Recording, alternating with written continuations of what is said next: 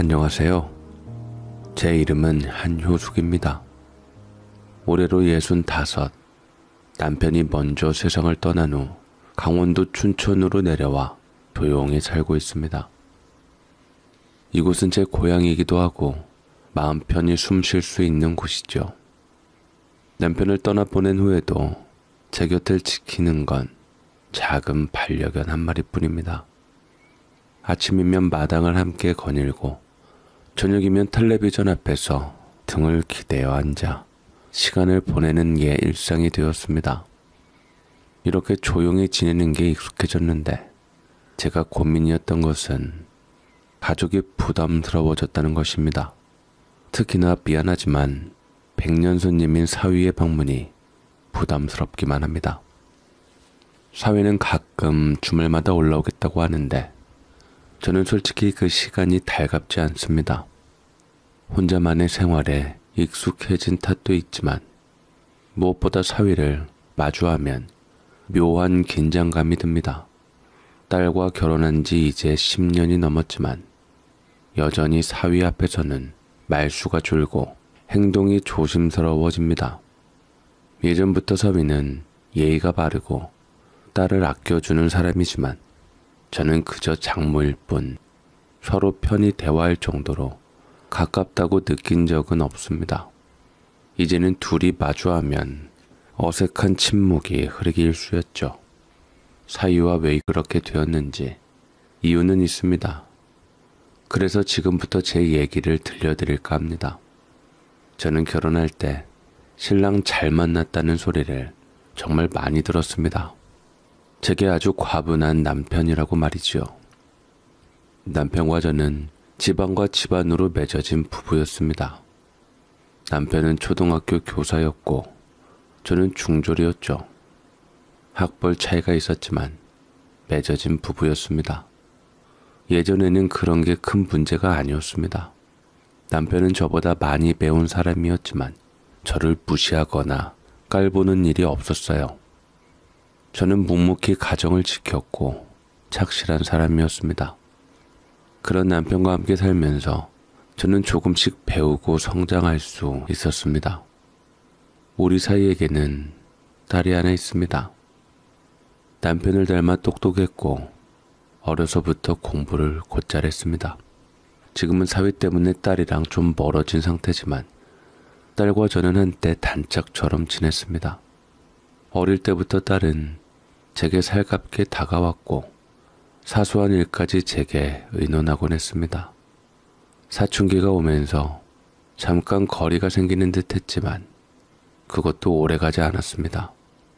남편이 교사로서 아이들을 가르치는 모습을 보며 자연스럽게 교직에 관심을 갖게 되었고 결국 교대를 나와 지금은 초등학교 교사가 되었습니다. 딸이 교사가 된 걸 남편이 보았다면 무척이나 기뻐했을 겁니다. 하지만 남편은 딸이 졸업하기도 전에 세상을 떠났고 저는 혼자 딸의 뒷바라지를 해야 했습니다. 다행히 딸은 씩씩하고 야무졌습니다. 자신이 원하는 길을 묵묵히 걸어갔고 결국 교사가 되어 결혼까지 했습니다. 엄마, 나중에 큰돈 벌면 더 많이 줄게. 엄마는 나만 믿고 살면 돼. 이렇게 웃었습니다. 저에겐 그 자체가 세상에서 가장 큰 선물이었습니다. 그러던 딸이 결혼할 남자를 데려온다고 했을 때는 저는 마치 꿈을 꾸는 듯한 기분이었습니다.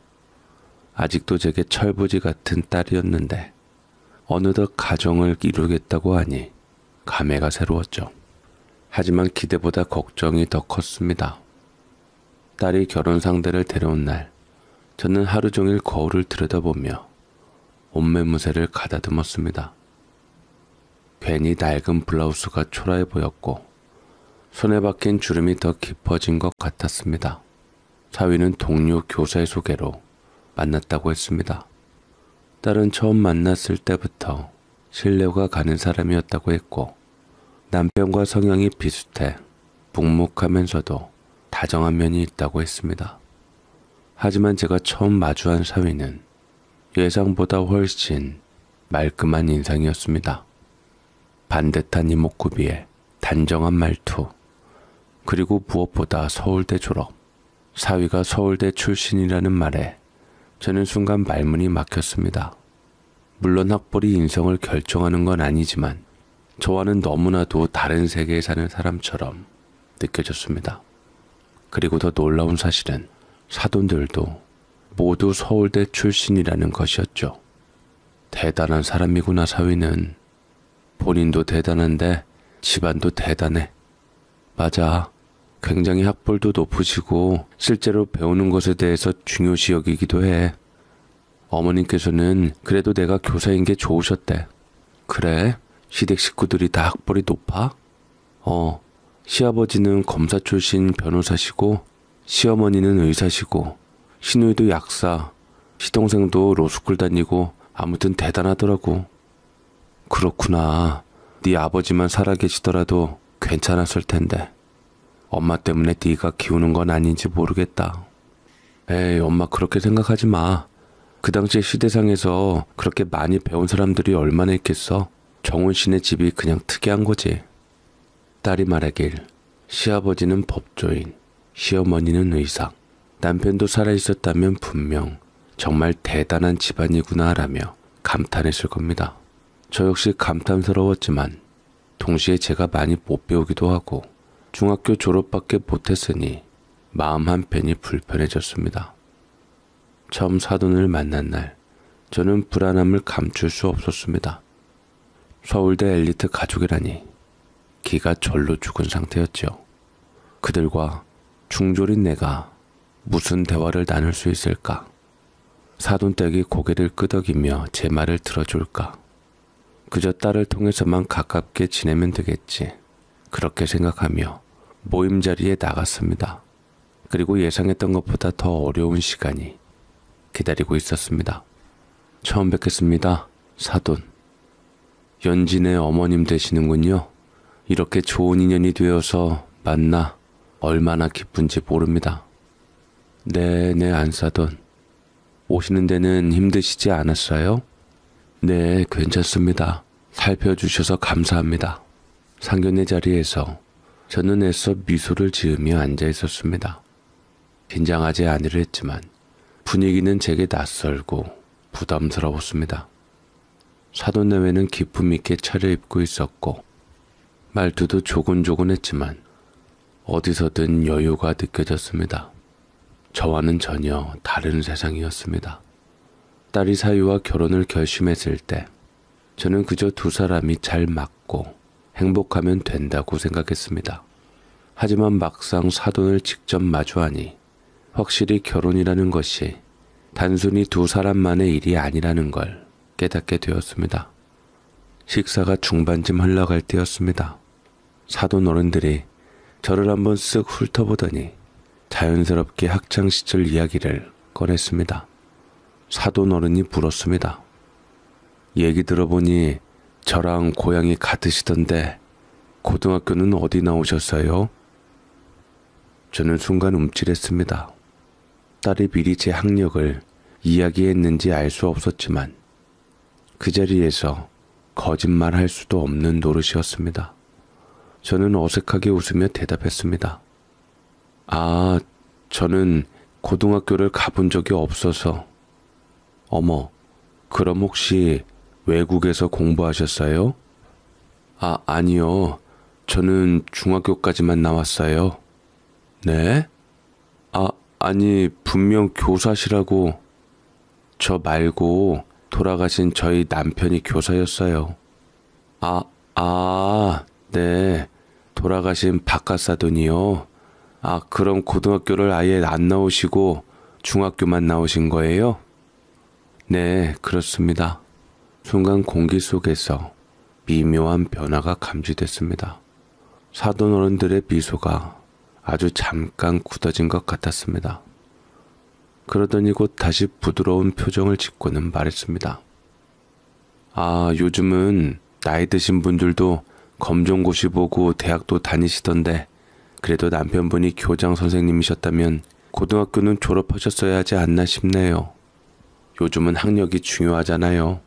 말투는 친절했지만 말 속에 담긴 의미는 분명했습니다. 어떻게 교장 선생님 부인이 고등학교도 안 나왔느냐는 것이었죠. 저는 그 말을 듣고 순간 입안이 바싹 말라왔습니다. 안사돈도 공부에 관심 있으시면 지금이라도 검정고시 보실 생각은 없으세요? 요즘은 늦은 나이에 대학 가는 분들도 많다고 하던데요. 사돈 어른은 마치 친절하게 조언하는 듯한 표정을 짓고 있었지만 저는 그 말을 듣는 순간 가슴 한쪽이 서늘해졌습니다. 그저 웃어넘길 수 없는 명백한 부시였습니다. 저는 숟가락을 집으려다 손끝이 약간 떨리는 걸 느꼈습니다. 말로는 좋게 포장했지만 속내는 뻔했습니다. 사돈 잘 만났다는 생각을 하고 있는 게 아닌가 싶었습니다. 저는 순간 딸이 곁에서 저를 걱정스레 바라보는 눈길을 느꼈습니다.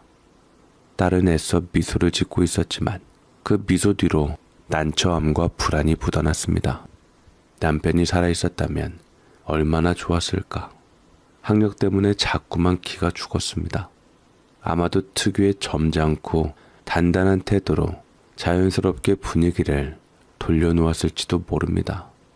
하지만 지금은 저 혼자였습니다. 그리고 저는 그저 침착하게 미소를 지으며 대답할 수밖에 없었습니다. 아이고, 저는 공부를 떠나서 살아가는 게 더 바빠서요. 검정고시는 생각해 본 적 없네요. 그러자 사돈 어른들은 마치 역시나 라는 표정을 짓더니 이내 다른 이야기로 넘어갔습니다. 하지만 그 순간의 찰나 속에서 저는 저 자신이 한없이 작아지는 기분을 느꼈습니다. 그렇게 상견례는 계속 이어졌고 저는 입맛이 뚝 떨어진 채 음식을 입에 넣었습니다. 그날 저녁 집으로 돌아오는 길에 딸이 제 손을 꼭 잡으며 작은 목소리로 말했습니다. 엄마, 신경 쓰지 마. 그냥 원래 그런 분들이야. 딸은 웃었지만 저는 그 미소 속에서 묘한 미안함을 느낄 수 있었습니다. 그날 밤 저는 잠들기 전까지 뒤척였습니다. 사돈 어른들의 말투와 표정이 머릿속에서 떠나질 않았습니다. 그리고 그날 이후로 저는 딸의 시댁을 의식하기 시작했습니다. 사돈 어른들이 저를 은근히 무시하는 분위기가 형성되면서 저는 그저 묵묵히 참았습니다. 상견례가 끝난 후로도 딸의 시댁과 만날 일이 있을 때마다 비슷한 분위기가 이어졌죠. 대놓고 무례한 말을 하는 건 아니었지만 사돈들은 항상 저를 대할 때 조심스럽게 거리를 두는 듯 했습니다. 그런데 문제는 사위였습니다. 처음에는 사위가 저에게 다정하고 예의 바른 사람이었습니다. 하지만 시간이 지날수록 그 태도에 미묘한 변화가 생겼습니다. 처음엔 그저 기분 탓인가 싶었지만 갈수록 확실해졌죠. 예전 같으면 장모님이라며 살갑게 안부를 물어오던 사람이 이제는 형식적인 인사만 건넸습니다. 명절에 만나도 가볍게 웃으며 고개를 끄덕이는 게 전부였습니다. 딸과 사위가 집에 찾아올 때도 사위는 저와 오래 대화를 나누지 않았습니다. 늘 바쁘다는 핑계를 대며 자리를 피하거나 딸과 저 사이에서 뚜렷한 선을 긋는 듯한 태도를 보였습니다. 사위가 저를 그렇게 대하는 이유가 무엇인지 몰랐던 건 아닙니다. 시댁 분위기에 영향을 받은 것이겠죠. 사돈들은 제 학력을 문제 삼았고 그 영향이 사위에게도 전해진 겁니다.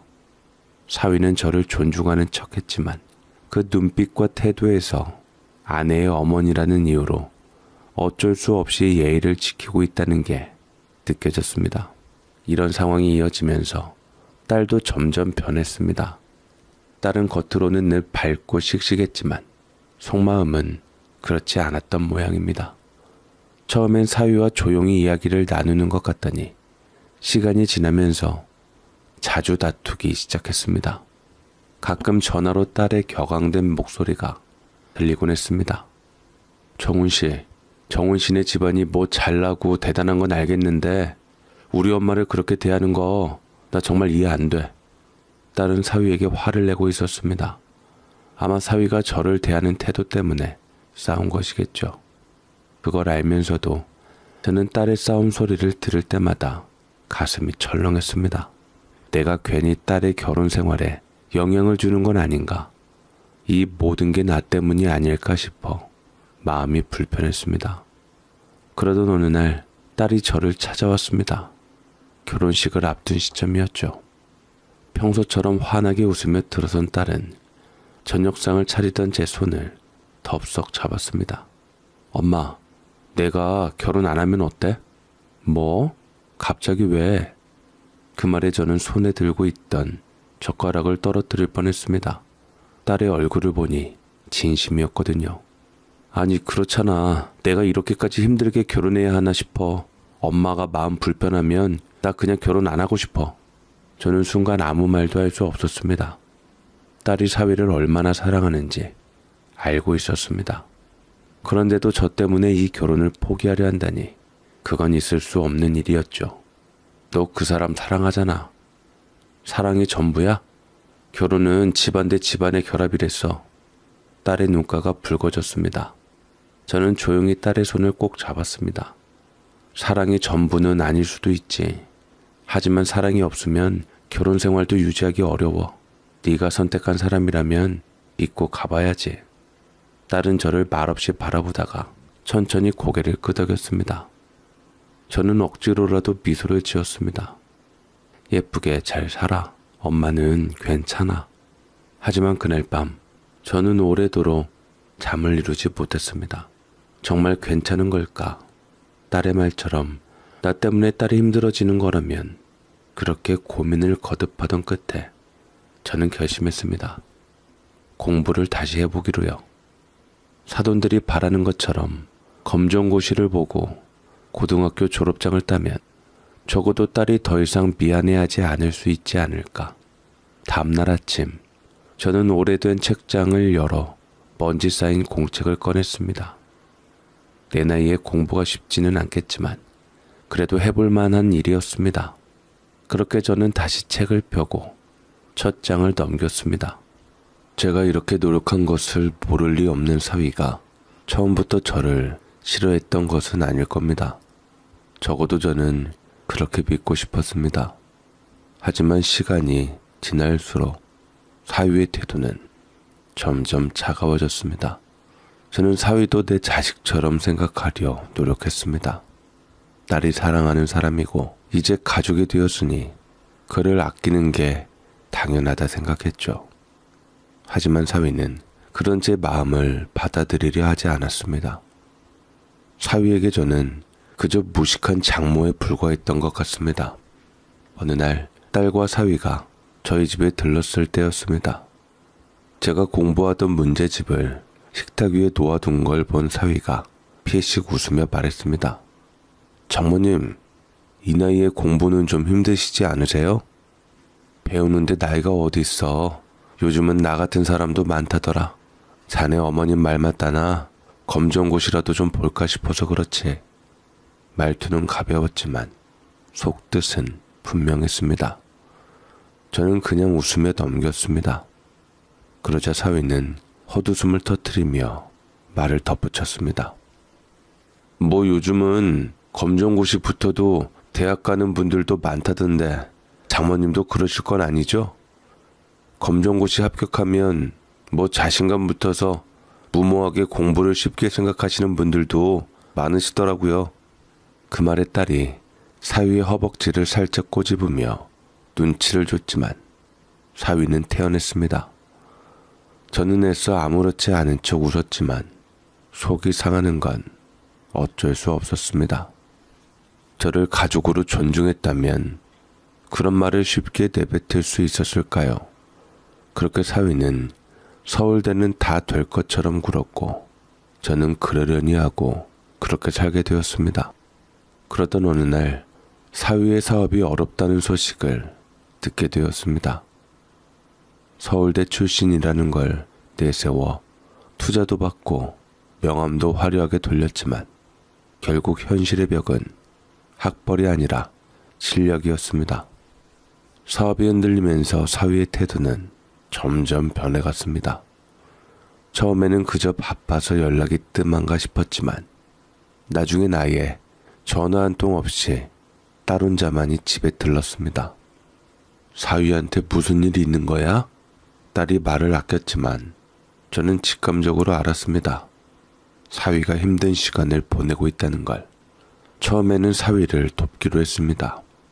그래도 가족인데 어려울 때 손을 내밀어야 한다는 생각이 컸습니다. 그래서 몇 번 돈을 보냈습니다. 딸도 말없이 받아가고 사위도 처음에는 조심스러워 보였습니다. 하지만 이게 몇 번의 돈이 오가다 보니 제 주머니는 마르지 않는 샘물쯤으로 여겼던지 자신의 부모 대신 저한테 제일 먼저 돈 낼 곳이 없는지 살피고 조르기 시작했습니다. 장모님, 감사합니다. 정말 마지막으로 부탁드리는 겁니다. 마지막으로 한 번만 더 도와주세요. 자네, 내가 보낸 돈만 3번째네. 더 이상 나도 힘들어. 알죠, 압니다. 그래서 제가 마지막이라고 하는 거지 않습니까? 엄마, 이이가 마지막으로 한 번만 도와달라니까 마지막으로 믿고 도와줘. 이이가 나중에 돈 많이 벌면 절대 그냥 지나칠 사람 아니야. 엄마 돈 다 갚아줄 테니까 이번만 부탁해. 딸까지 나서서 부탁하는 바람에 어쩔 수 없이 저는 마지막이다 생각하고 돈을 보내주었지요.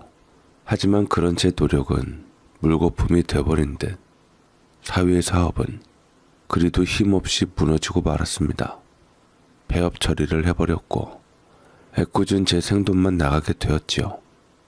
그 이후로 사위는 제 눈앞에 염치가 없었는지 양심상 코빼기도 비추지 않았습니다. 사업이 망한 뒤 사위는 다른 일자리를 찾을 생각은 하지 않고 점점 백수처럼 집에서 빈둥대기 시작했습니다. 당분간 머리를 식히겠다며 한동안 사위는 이력서도 돌리지 않았고 그냥 딸의 월급으로 생활을 이어가는 듯 했습니다. 저는 그것이 무척이나 거슬렸습니다.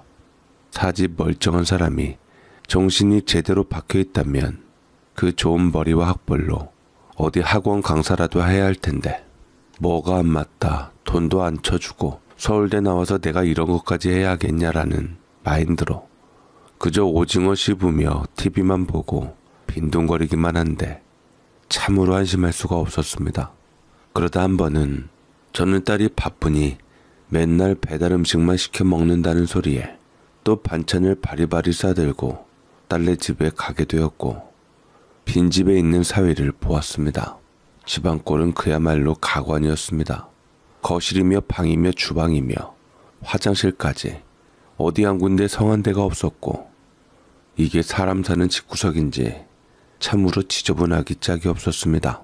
그러면서 장모가 오는데도 눈 하나 깜짝 안 하고 여전히 TV만 보고 있는 사위가 그야말로 한심하기 짝이 없었습니다. 제가 솔직히 그래도 자기 친엄마도 아니고 그래도 제가 처갓집이고 자기 아내의 엄마인데 어쩌면 편해도 이렇게 편할 수가 있는지 모르겠습니다. 아니면 제가 편하다 못해 쉬워 보이나 이런 생각마저 들었으니 말이지요. 이제는 좀 계획을 세워야 하지 않겠어? 언제까지 이렇게 있을 순 없잖아. 장모님, 원래 사업이라는 게 이런 겁니다. 기다릴 줄도 알아야죠. 얘기 나온 김에 장모님 혹시 여유자금 있으시면 사업자금 조금만 대주시면 안 되겠습니까? 뭐? 아니, 이렇게 사업이 잘 안 됐으면 새로 직장을 얻을 생각을 해야지. 자네 그 좋은 학벌 대체 어디다 써먹으려고 하나? 학벌 써먹을 때야 많지만 제 격에 맞는 대우를 받았으면 좋을 뿐이에요. 어디서든 그게 잘 안 되니 제가 제 가치를 창출하는 수밖에요. 그리고 그것이 바로 제 사업입니다. 사위는 빳빳하게 고개를 들며 말했습니다. 그 순간 저는 마음이 철렁 내려앉았습니다. 처음엔 미안해하던 사위가 이제는 너무도 당연하다는 듯 돈을 요구하고 있었습니다. 저는 더 이상 상종하기 싫어서 치워주려던 집안일도 뒤로 하고 집에서 나왔습니다. 상황이 생각보다 좋지 못한 것 같아서 저는 딸에게 할 말이 있으니 오라고 했습니다. 딸은 퇴근하고 바로 저희 집으로 왔는데 일에 지쳐서도 지쳐 보였지만 사위 때문에 딸은 더 지쳐 보였습니다. 늘 밝던 얼굴이 점점 어두워졌고 말수도 줄었습니다.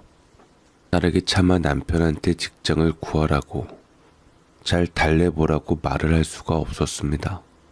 딸도 이미 해볼 만큼 해봤지만 사위가 말을 듣지 않는 것 같았으니 말이지요. 그 이후에도 사위는 매일같이 사업 구상 중이라며 집에서 시간을 보내며 게임을 하거나 TV를 봤습니다. 그러면서도 저를 대하는 태도는 달라지지 않았죠. 돈을 받을 때만 장모님이라며 예의를 차렸고 그 외에는 거의 무시하는 태도였습니다. 하지만 저는 아직도 그를 믿고 싶었습니다. 시간이 지나면 나아지겠지. 사업도 사위의 태도도 그렇게 변할 거라고 생각했습니다. 그러다가 저는 얼마 있다가 딸의 전화를 받게 되었습니다. 딸의 목소리는 불안해서 그런지 상당히 떨리는 목소리였습니다. 엄마, 나 어떡해? 왜? 무슨 일 있어? 엄마, 나 임신이야. 혹시나 싶어서 늦어져서 병원에 갔더니 임신 8주라고 하는데 어떡하면 좋아? 뭐? 임신? 하필 그 와중에 딸이 임신을 했다는 소식을 들었을 때 저는 억장이 무너지는 줄 알았습니다. 가뜩이나 사위도 지금 사업이 망한 데다 빈둥거리면서 집에서 놀고 있었는데 이 상황에서 딸이 임신을 한 건 마냥 기뻐할 일이 결코 아니었습니다. 딸은 한동안 울었고 극단적인 선택으로 비밀로 하고 병원에 같이 가자 했지만 그것도 막상 무너지고 말아서 결국은 아이를 낳기로 했지요. 소식을 사위랑 사돈댁에게 전했을 때 다들 다행히 온 마음을 다해 기뻐했습니다. 저도 기왕 딸이 손주를 낳기로 한 거 긍정적으로 생각하기로 했습니다. 딸이 힘든 시간을 보내고 있었기에 이 아이가 그녀에게 큰 위로가 될 거라고 생각했습니다.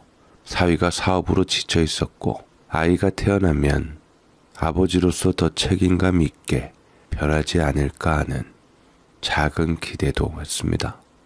하지만 그 기대는 산산이 부서졌습니다. 임신 기간 동안 딸은 너무나도 힘들고 고된 시간을 보냈습니다. 딸이 임신을 하든 말든 사위는 전이랑 변화 한 번이 제대로 없었습니다. 10달 동안 한 번도 쉬지 못하고 육아휴직도 최대한 늦게 내어 만삭 때까지 일을 했고 딸은 일하다 말고 출산을 했을 정도로 돈 때문에 많이 힘들어했습니다. 딸은 조리원 1주 정도만 간 후 안싸돈이 너무 밖에 오래 있으면 안 되고 사위 곁에서 돌봐줄 사람 없으면 안 된다는 바람에 친정집도 못 가고 바로 집으로 가야만 했습니다. 문제는 손주가 태어나자마자 사위는 점점 더 무책임한 사람이 되어갔습니다. 처음엔 딸이 출산 후 저는 영 불안했기에 친정집은 딸이 안사돈 때문에 불안했기에 제가 딸이 몸조리를 할 동안 도와주러 갔습니다. 딸은 100일만 있다가 바로 초고속으로 학교에 복직을 하게 되었고 집에서 당분간 사위가 살림을 도맡아 하기로 했지요. 사위가 집안일에 서툴다는 말에 저도 같이 가서 도와주기로 했는데요. 사위도 처음엔 나름대로 아기를 돌보려고 했지만 그건 오래가지 않았습니다. 며칠 지나지 않아 사위는 아이를 안는 것조차 귀찮아하며 저에게 떠넘기기 시작했습니다. 장모님, 저는 이런 거 잘 모르겠어요. 장모님이 애 키우는데 베테랑이시니까 좀 봐주세요. 자네가 노니까 애라도 이제 봐야지. 나는 자네가 애를 잘 볼 수 있게 알려주고 도와주러 온 거야. 그냥 장모님이 봐주시면 안 돼요? 저 노는 거 아니에요. 다음 사업 구상하느라 아주 머릿속에 쥐가 날 지경인데 어떻게 애까지 저한테 뭐라고 하세요? 저는 미래의 우리 가족을 위해 사업 구상을 하는 거예요. 아니, 뭔 사업 구상이 그렇게 대단하고 거창해? 그러지 말고 돈 벌어오라고 안 할 테니까 우리 딸 집안일 신경 쓰지 않게만 도와주게. 집안일이 얼마나 중요한 건데 자네 안 사람이 돈까지 벌면서 어떻게 집안일까지 떠넘길 수 있나. 100번 양보해서 처음엔 그럴 수도 있겠다 싶었습니다. 하지만 사위는 점점 귀찮아했고 나중에는 손주 우는 소리만 들어도 경기를 할 지경이었습니다. 100번 양보해서 집안일은 그렇다 치더라도 저는 그래도 사위가 아비가 된지라 자식을 위해서 이런 것 좀 다 견딜 수 있을 줄 알았건만 몇 날 며칠을 버티질 못했습니다. 전 못합니다. 집안일도 못하고 육아는 더더욱 못하겠어요. 서울대 졸업한 사람이 누가 이런 일을 합니까? 장모님이 힘들면 어린이집에 알아서 맡기세요. 아니, 서울대가 대수인가? 왜 그걸 나한테 떠넘겨서 내가 힘들면 어린이집에 맡기라는 식으로 얘기를 하나?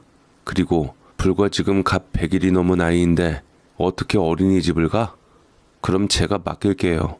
저는 사업 구상도 해야 하고 신경 쓸 여력이 없습니다. 그렇게 말하곤 그는 외출하기 일쑤였습니다.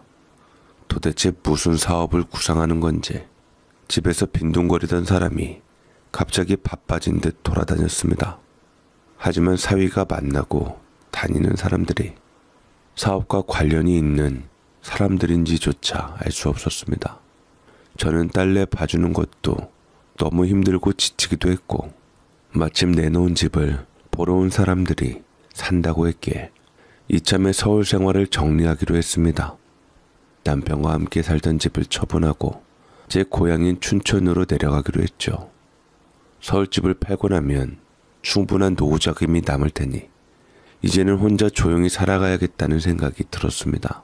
딸은 제 소식을 들으니 본내 서운한 기색을 살피며 엄마 없이 나 혼자 살 수 있을까 걱정이 한가득이었는데 이 소식을 들은 사위가 가만히 있지 않았습니다.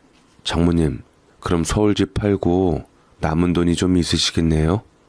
사실 제가 이번에 새롭게 사업을 시작하려고 하는데 그 돈을 투자하시면 어떨까요?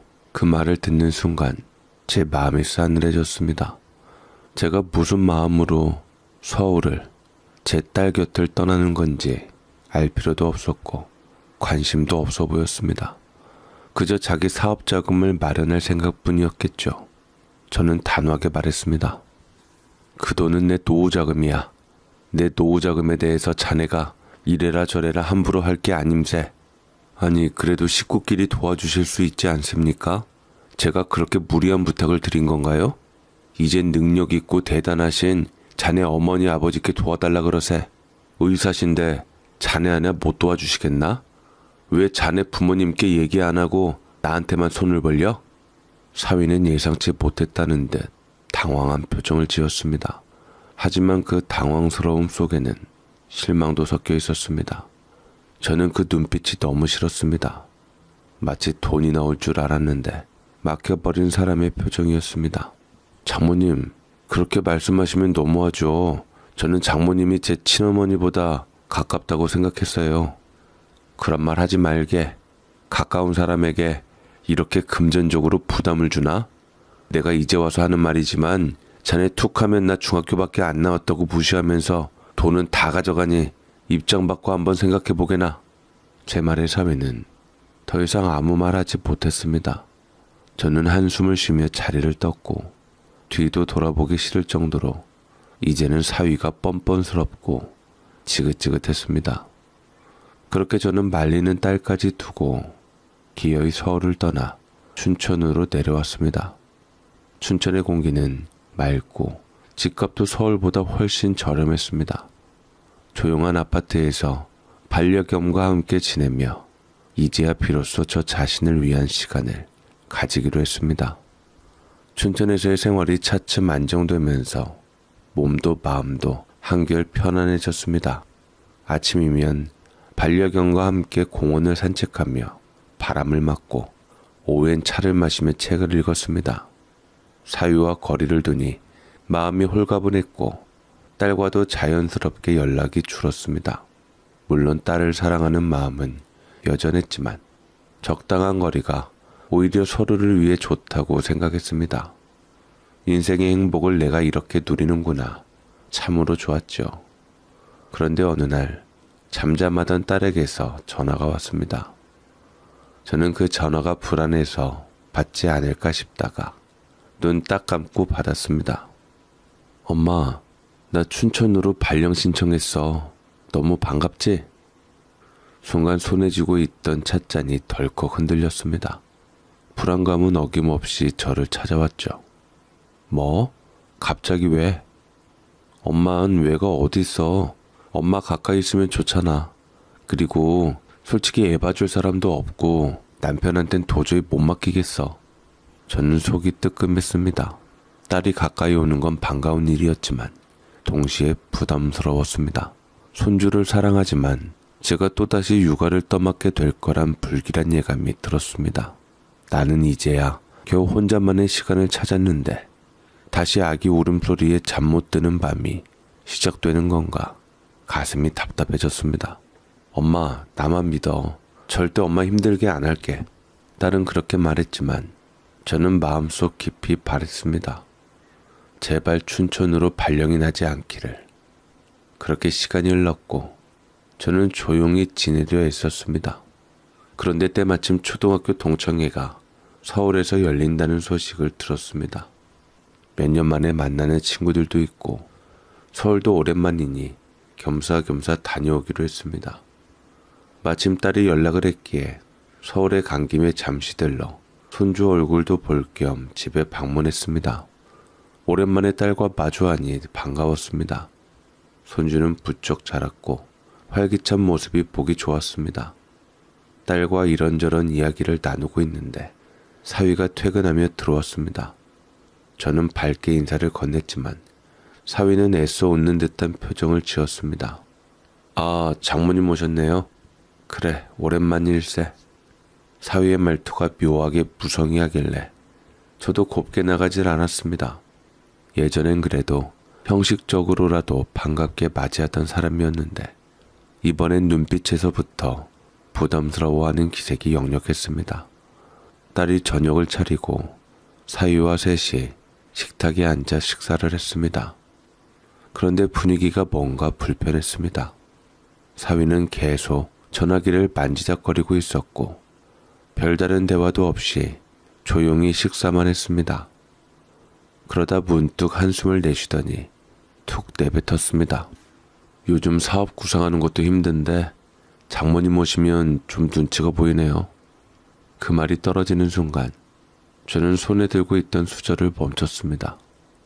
서울에 있었을 때도 그놈의 사업 구상만 하더니만 여전히 사업 구상의 늪에서 헤어나오질 못한 사위였습니다. 딸도 사위의 얼굴을 흘끗 쳐다보더니 애써 웃으며 분위기를 수습하려 했습니다. 아, 무슨 말이야. 엄마 오랜만에 오셨는데. 사위는 시큰둥한 표정으로 말을 이었습니다. 그냥 우리도 신경 쓸 게 많아서요. 기왕지사 장모님도 저희랑 계시면 신경 쓸 것 같아서 불편하시지 않게 근처에 숙소라도 잡아드릴게요. 하루만 좀 편하게 쉬시고 가시면 좋겠어요. 숙소라니. 저는 귀를 의심했습니다. 딸네 집까지 왔는데 저더러 지금 나가서 자라는 얘기 같아서 몹시도 거슬려서 제가 이해한 뜻이 맞는지 사위에게 되려 물어보게 되었습니다. 혹시 내가 자네 집에서 자는 게 그렇게 불편하니? 사위는 대놓고 답하진 않았지만 그의 표정이 모든 걸 말해주고 있었습니다. 딸은 당황했는지 얼른 저를 다독였습니다. 엄마, 이 사람이 요즘 예민해서 그래. 우리 집도 좁고 엄마도 편히 주무시려면 호텔이 낫지 않겠어? 건드리지 마라. 엄마 갑자기 머리가 지끈지끈하다. 저는 딸의 손을 천천히 뿌리쳤습니다. 속이 쓰라렸습니다. 여기가 내 딸의 집인데 사위 눈치를 보면서 머물러야 한다는 건가? 사위를 이해하려 노력했던 시간이 돈을 내어주면서도 가족이라 믿었던 제 감정이 전부 우습게 느껴졌습니다. 결국 저는 딸이 잡아준 모텔방으로 갔습니다. 말이 호텔이지 모텔이었지요. 다른 방 안은 깔끔했지만 제 마음은 복잡했습니다. 창밖을 바라보며 깊은 한숨을 내쉬었습니다. 내가 이 나이에 딸네 집에서 하루 자는 것도 눈치를 봐야 하나. 그렇게 저는 그날 밤 잠을 설쳤습니다. 그리고 다음날 아침 집으로 돌아가기 전 딸에게 짧은 문자를 보냈습니다. 나는 이제 너희 집에 가지 않으마. 문자를 보내고서도 마음이 좋질 않았고 딸에게서도 별 반응이 없었습니다. 이럴 줄 알았으면 진작에 집으로 돌아오는 건데 딸의 말만 믿고 서울에 머문 게 후회스러웠습니다. 모텔방에서 하룻밤을 보내며 많은 생각이 들었습니다. 침대에 누워 찬장을 바라보며 사위가 내게 했던 말들이 머릿속에서 맴돌았습니다. 장모님 오시면 좀 눈치가 보이네요. 숙소라도 잡아드릴게요. 이제는 내 딸의 집조차도 내 집이 아니라는 생각에 가슴이 답답해졌습니다. 사위가 나를 어떻게 보는지 이제는 너무도 뻔했습니다. 그는 처음부터 나를 가족이라 생각한 적이 없었던 겁니다. 그저 자기에게 도움을 주는, 하지만 함께하고 싶지는 않은 존재일 뿐이었겠죠.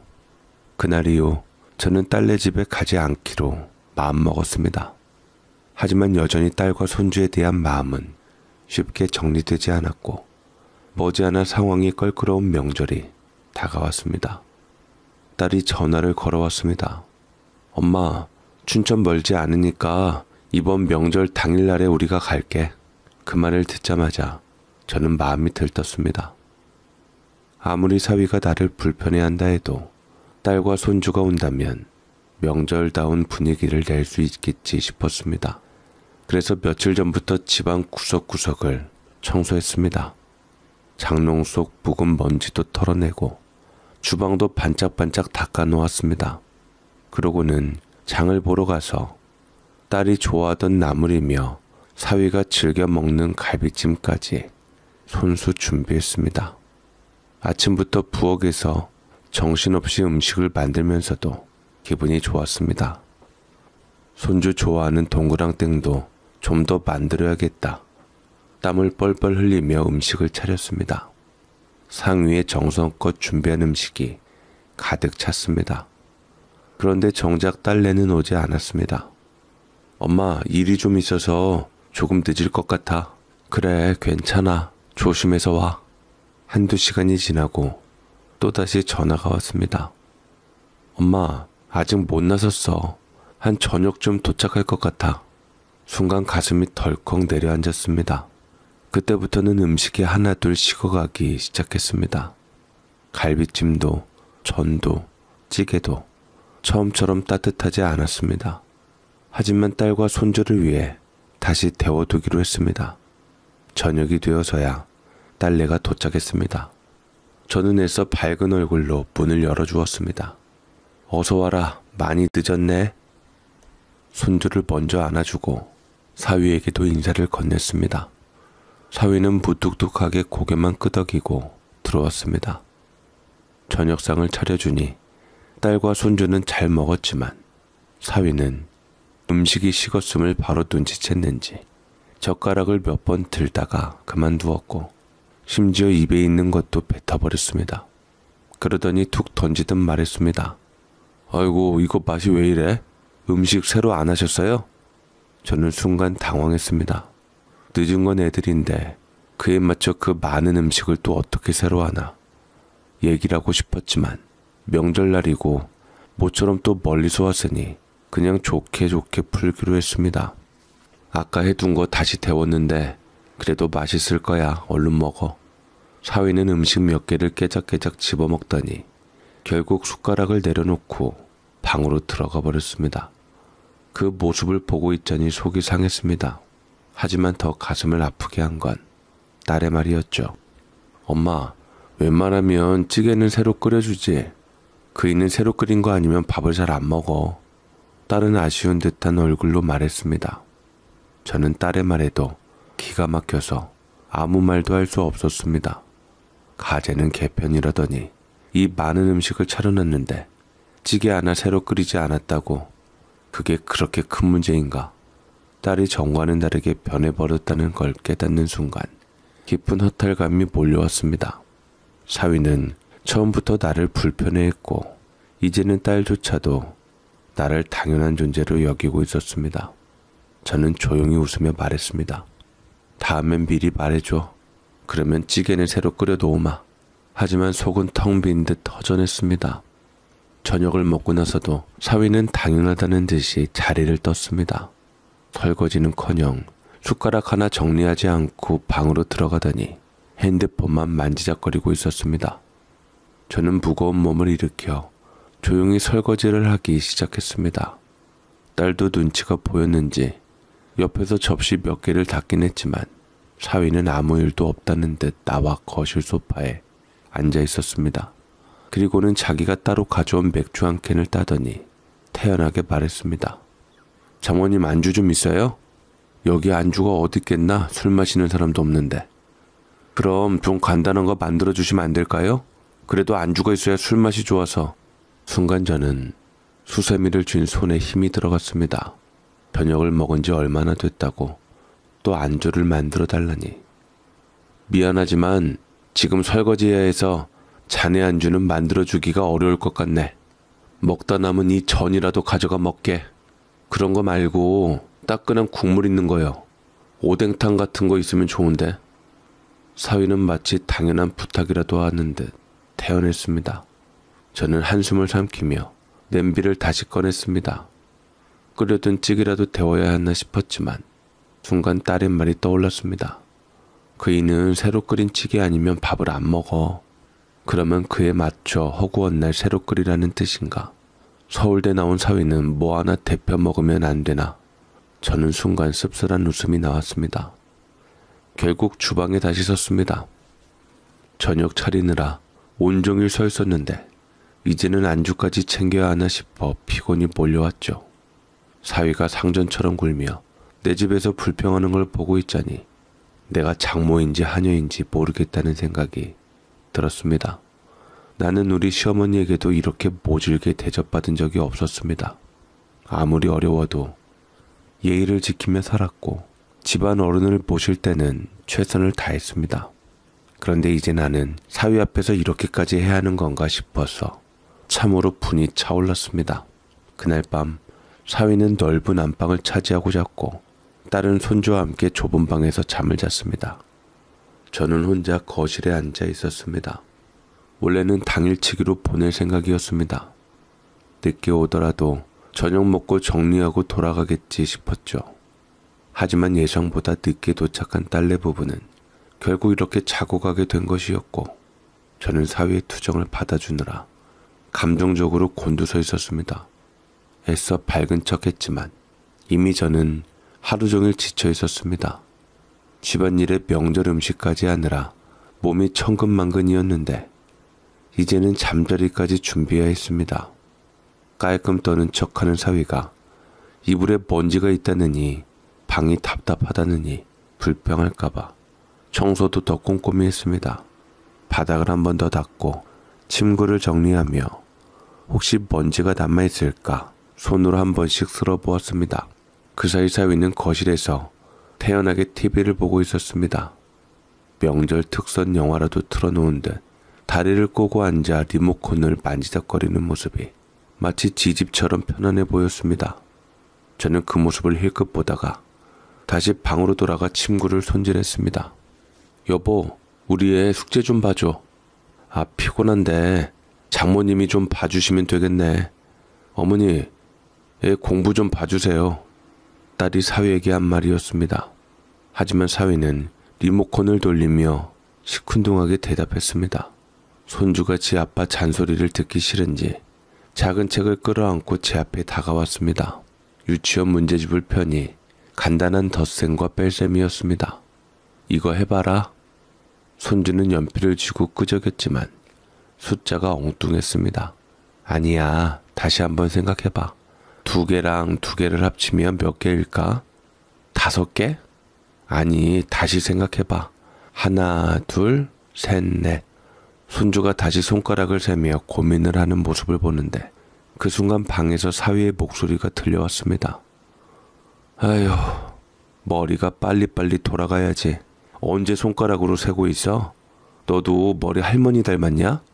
저는 사위의 말에 깜짝 놀라 손에 쥐고 있던 연필이 힘없이 내려앉았습니다.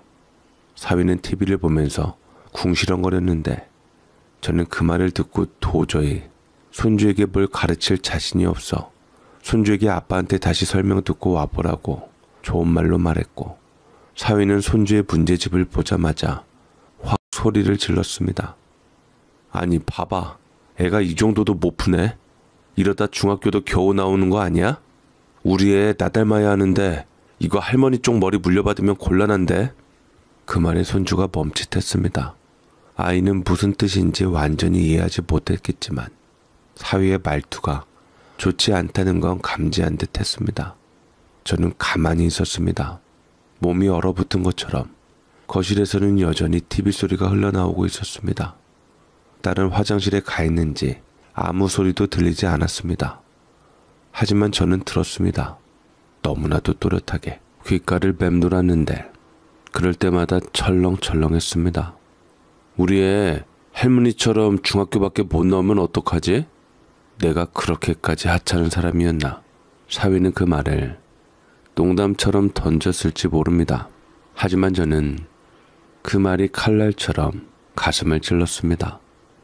젊었을 때 힘들어서 공부를 못한 게 그렇게까지 비웃음을 받을 일인가? 사위는 내 나름의 노력과 삶을 단순한 학력 하나로 폄하한 것이었습니다. 그 자리에 계속 앉아 있는 것조차 힘들었습니다.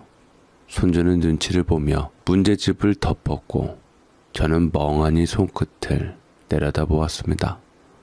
그날 밤 저는 끝내 잠을 이루지 못했고 뜬 눈으로 밤을 지새했네요. 다음날 아침 저는 멍한 상태로 여느 때처럼 부엌에 섰습니다. 마음 한구석이 무겁고 허전했지만 그래도 백년 손님이라는데 아침상은 정성껏 차려야겠다고 생각했습니다. 사위가 뭐라고 하든 내가 손님을 모시는데 최선을 다하면 된다고 스스로를 다독였습니다. 전날 밤 잠도 제대로 못 자고 뒤척였지만 새벽같이 일어나 국을 다시 끓였습니다. 사위가 원래 뜨거운 국물을 좋아한다고 하니 이번엔 고기 듬뿍 넣고 진하게 끓였죠. 갈치조림도 새로 만들고 전도 다시 부쳤습니다. 반려견이 주방 근처에도 못 오게 하며 혹여 개털 한 올이라도 떨어질까 더 신경을 곤두세웠습니다.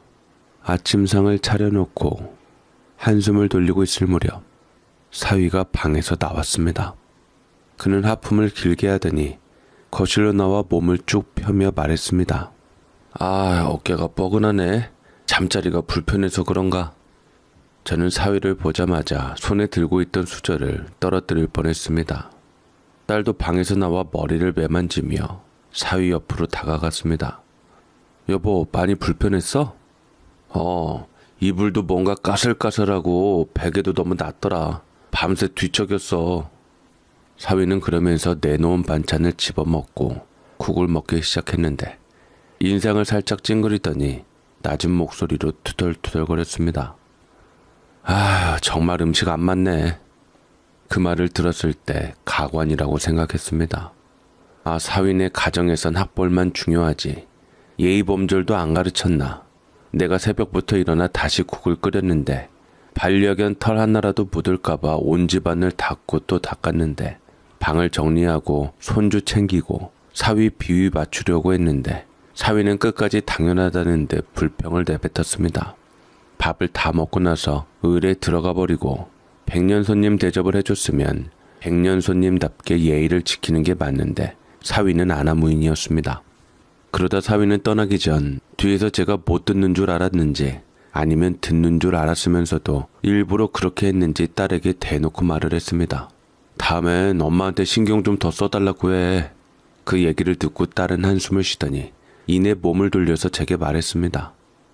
엄마, 미안한데 다음엔 더 신경 좀 써줘요. 그래도 우리 서울에서 춘천까지 왔으니까. 그 말이 결정타였습니다. 제가 누구보다 사위에게 지극정성으로 신경 썼던 것을 옆에서 봐왔던 딸이 어떻게 나한테 또 저렇게 말을 할 수가 있나. 그야말로 딸에게 더 배신감이 들었습니다. 나는 딸을 위해 살았고 딸이 행복하기만을 바랬고 딸이 원하는 대로 도와줬습니다. 저 지긋지긋한 백년스님도 딸이었기에 딸의 입장이 난처해질까봐 잘하려고 했던 건데 그런데 이제는 내 딸조차 내가 부족한 사람처럼 대하고 있었습니다. 사위가 차에 올라타고 딸과 손주가 그 뒤를 따라 나섰습니다. 저는 마당에 서서 그들을 배웅했습니다. 차가 시동을 걸고 멀어지는 동안 손 하나 흔들 힘도 나지 않았습니다. 그 자리에서 멍하니 서 있다가 뺨을 타고 눈물이 흘러내렸고 저는 큰 결심을 했습니다. 다음 명절부터 사위는 우리 집에서 재우지 않는다. 아무리 딸과 손주를 보고 싶어도 더 이상 이 집에서 사위가 상전 행세를 하며 나를 무시하게 놔둘 순 없다. 사위가 더 이상 내 집에서 불평할 이유도 나를 하녀처럼 부릴 기회도 없을 것이다. 그리고 딸이 뭐라고 하든 나는 더 이상 딸과 사위에게 휘둘리지 않을 것이다. 그렇게 해서 저는 절대 이 결심을 잊지 않겠노라고 이 기분을 일기장에 쓰기도 했습니다. 그 사이에 사위는 자기네 식구들한테도 도저히 사업 자금을 구할 수 없었던지 결국 선배 밑으로 들어가서 회사를 다닌다고 했습니다. 딸도 그러지 않으면 이혼하겠다고 초강소를 두고 자기네 집 식구들도 계속 직장 가지고 타박을 하니 사위도 도저히 못 견뎠는지 사업 구상은 뒤로 미루고 현실을 택한 것이지요. 그래서 그런지 딸은 정말 사위에게 잘하려고 했습니다. 그 소식을 제게 기쁘게 전하는데도 저는 이제 그러거나 말거나 네 집 네가 알아서 살아라라며 건성으로 잘됐네라고 대답했을 뿐이었습니다. 딸이 안정을 되찾았다니 그 소식만으로도 한 귀퉁이에 있었던 딸에 대한 걱정을 덜어서 저는 더 홀가분할 수 있었습니다. 그렇지만 한동안 또 연락 안 하다가 또 그놈의 명절은 시간이 지나다 보니 돌아오게 되었습니다. 딸은 제게 전화가 와서 명절날 오겠다고 하고 사위가 취직을 해서 그런지 저번에 딸 역시 사위의 말이 신경이 쓰였고 또 그 와중에도 내게 미안했던지 전화해서 이리 말했습니다. 엄마, 그이 취직도 했는데 자신감도 찾게 이번에 정말 신경 많이 써줘. 나도 그 사람 비위 맞추기 힘든데 어떡해. 우리 애 아빠인데 1년에 두어 번만 가니까 엄마가 좀 도와줘. 내가 이번에 돈도 보내줄게. 하루 자고 갈 거니까 부탁해. 그 사람한테도 엄마 기분 상하지 않게 잘 말해둘게. 그냥 당일치기 하면 안 되니? 엄마 이것저것 신경 쓰기 싫은데. 나 그 돈 안 받고 신경도 안 쓰고 싶다. 엄마만 무슨 뜻인지 알아. 그 사람이 좀 까탈스러워. 그치만 어쩔 수 없잖아. 식구인데 얼굴 안 보고 살 수도 없고. 우리 윤찬이도 할머니 많이 보고 싶다 하고. 일단 알았다. 엄마도 좀 고민해보마. 고마워 엄마. 지금 돈 보낼게. 딸은 제 통장으로 20만 원을 보냈습니다. 솔직히 제가 바라는 것도 아니고 남이랑 비교하는 것도 아니지만 남들은 아무 대가 없이 조건 없이 순수하게 부모님 용돈 나라고 돈을 보내는데 딸이 돈을 보내는 건 사위 비위 좀 잘 맞춰달라고 보내는 것이었죠. 참으로 씁쓸했고 이제 저는 더 이상 이 돈에다 제 정성을 보탤 마음이 전혀 없었습니다. 애시당초 바깥에서 준비하면 말 나올 일이 없다 생각해서 사위가 저한테 모텔 잡아줬던 것처럼 저도 깔끔한 모텔 하나 잡아주고 음식은 밖에서 사 먹는 걸로 하고 저희 집에는 핑계를 대어 일절 안 들어가기로 했습니다. 그리고 딸과 사위하고는 바깥에 있는 음식점에서 만나기로 했죠. 그날도 어김없이 다 돌고 왔던지 저희 집은 맹꽁찌로 왔습니다. 딸은 당연히 엄마 집에서 볼 거라 생각했는데 바깥에 있는 음식점에서 보자고 하니 당황스러웠던 듯 어찌할 바를 몰랐는데 그래도 거기가 맛있는 집이라 사위는 내심 좋아하기는 하더라고요. 그런 걸 보면 정말 제 음식이 입맛에 안 맞는 것은 트집 잡으려고 한 게 아니라 사실이긴 했던 모양입니다. 사위도 만족하고 저도 만족하니 이 또한 좋은 게 어디냐 싶어서 바깥 식당에서 맛있게 음식을 먹었고 이제는 딸은 사위와 함께 저희 집으로 가려고 했는데 저는 딸에게 바로 옆에 모텔로 가라고 했습니다. 딸은 어리둥절해서 이게 뭔가 싶었지요. 엄마, 지금 이게 뭐야? 바깥 음식은 엄마 뭐 힘드니까 그렇다 치는데 지금 우리더러 엄마 집 아니고 모텔에서 자라는 거야? 저번 명절에 우리 집에서 많이 고생들 했잖니. 나도 맘 상하고 그럴 것 없이 니들이 예전 나한테 했던 것처럼 모텔 잡아줬다. 그래도 여기 내가 방 답사도 했는데 신축 모텔이라 저번에 니들이 나 잡아준 방보다 훨씬 좋고 깨끗하다. 여기서 푹 쉬다가 내일 아침에 애들 올라가. 그리고 다음에 또 보자. 사위의 표정이 점점 일그러지며 구겨졌고 딸은 저와 사위 사이에서 어쩔 줄 몰라 했습니다. 저는 얼어붙은 상태에서 황당해하는 그들을 뒤로하고 택시를 탔고 저는 뭔가 이제껏 다 제가 받았던 서름과 우라를 털어낸 것 같아서 참으로 기분이 좋았네요. 저란 사람은 참 단순했었던 모양입니다. 명절날 딸내 온다 그랬을 때 마음이 천근만근이었는데 반려견을 안고 저는 너무나도 푹 잤습니다. 하지만 딸은 불만스러웠던 모양입니다. 자기가 돈까지 줬는데 아예 그 돈으로 밖에서 처리해버리니 명절이 끝난 후 전화를 걸어 감정이 올라온 채 다짜고짜 말했습니다. 엄마, 꼭 이렇게까지 해야 했어? 내가 웬만하면 말 안 하고 넘어가려고 했는데 생각할수록 화가 나더라고. 그때 모텔이랑 음식점 값 주려고 20만 원 보냈는 줄 알아? 우리 쫓겨난 기분이었어. 쫓겨나다니? 네 남편이 예전부터 우리 집에서 잠자기 불편하다. 음식도 입맛에 안 맞다. 개털이 묻을까 신경 쓰인다. 온갖 불평을 다 했잖아. 그래서 편하게 지내라고 호텔 잡아주고 밖에서 사 먹은 건데 이제 와서 쫓겨난 기분이라니? 저는 이미 딸이 이렇게 전화 올 줄 알았기에 태연하게 말했습니다. 딸은 찔렸던지 이내 말끝을 흐리더니만 다시 얘기를 이어나갔습니다. 그냥 그래도 명절인데 나도 엄마 보고 싶었고 그 사람도 나도 잘해보려고 노력했어. 내가 그 사람이랑 엄마랑 화해시키려고 중간에 얼마나 노력을 했는데 엄마가 어떻게 이래? 이 말을 들었을 때 저는 피식 웃음이 나왔습니다. 딸의 입장도 충분히 이해하고 전부터 딸이 노력을 많이 한 건 사실이지만 제가 한두 번 당한 것도 아니고 나중에는 딸에게까지 듣지 못할 말을 들었는데 이 정도는 귀엽다 이겼지요.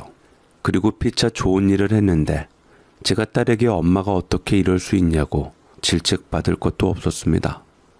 그만하자 더 이상. 나는 앞으로 이렇게 니들 올 때마다 모텔이랑 바깥 음식이랑 대접할 거고 그게 싫으면 당일치기로 밖에 음식만 먹고 가는 것도 괜찮고 알아서 해라. 그것 때문에 나를 안 보러 와도 되니까 굳이 니들도 신경 쓸 거 없다. 내가 이 나이 돼서 사위 눈치 보는 것도 싫고 그래서 서울에서 춘천 간 것도 있고. 엄마, 그럼 우리 꼴보기 싫어서 춘천으로 이사 간 거야? 그래. 네 남편 매번 억지 부르는 것도 못 봐주겠고 옆에 살면 볼 걸 못 볼 걸 다 보게 되니 우리 좋은 관계를 위해서라도 거리가 있는 게 좋다고 생각을 했다. 딸은 말끝을 흐렸습니다. 더 이상 저도 대접받기만을 원하는 사위랑 딸까지 다 챙겨주기에 너무 나이가 많이 들어 지쳐 있었습니다. 사위는 늘 대접받기를 원했지 감사할 줄은 몰랐으니까 말이지요. 그리고 딸은 그 누구보다 그것을 지켜봐왔기에 제가 구구절절 말하지 않아도 제 심정을 알았을 것입니다. 저는 깊은 한숨을 내쉬었습니다. 네가 엄마를 조금이라도 신경 쓰고 있고 네 남편에 대해서 안다면 더 이상 엄마한테 이런 강요하지 못할 거다. 그냥 니들끼리 편안하게 살아라. 명절날 올 것도 없고 정 허전하면 식구끼리 전화 한 통화로 왔다 갔다 하면 되는 거야. 나는 늘 사위를 위해 최선을 다했는데 사위는 단 한 번이라도 나한테 고맙습니다 장모님 이라고 한 적 있니? 사위가 백수일 때도 그리고 백년손님 대접받길 원했는데 지금은 얼마나 더 기고만장해 있을지 만날 생각하면 눈앞이 깜깜하다. 나는 이제 그런 역할 못해. 내 건강도 내 자존심도 중요해. 그러니 앞으로도 명절엔 호텔 잡아줄 테니까 그렇게 알아. 그렇게 최선을 다했는데도 네 남편한테 중졸이라고 무시당하고 싶지도 않고 이제 그만하고 싶구나. 딸은 말문이 막힌 듯 아무 말도 하지 않았습니다. 한동안 전화기 사이에 아무 말도 흐르지 않아서 제가 먼저 바쁠 텐데 이만 끊자 하니 딸의 목소리가 개미처럼 작게 흘러나왔습니다. 엄마, 그냥 이번 명절은 우리 다 좀 서운했던 것 같아. 서운하다고? 누가? 딸은 또 대답을 하지 못했습니다. 아마 사위보다도 딸 자신이 더 서운했던 거겠지요. 예전엔 명절이 되면 엄마가 손수 차려준 음식을 먹고 집안에서 따뜻한 분위기를 즐길 수 있었는데 이제는 명절 풍경이 바뀌었으니 어색할 수도 있을 겁니다. 하지만 저는 더 이상 돌아가고 싶지 않았습니다.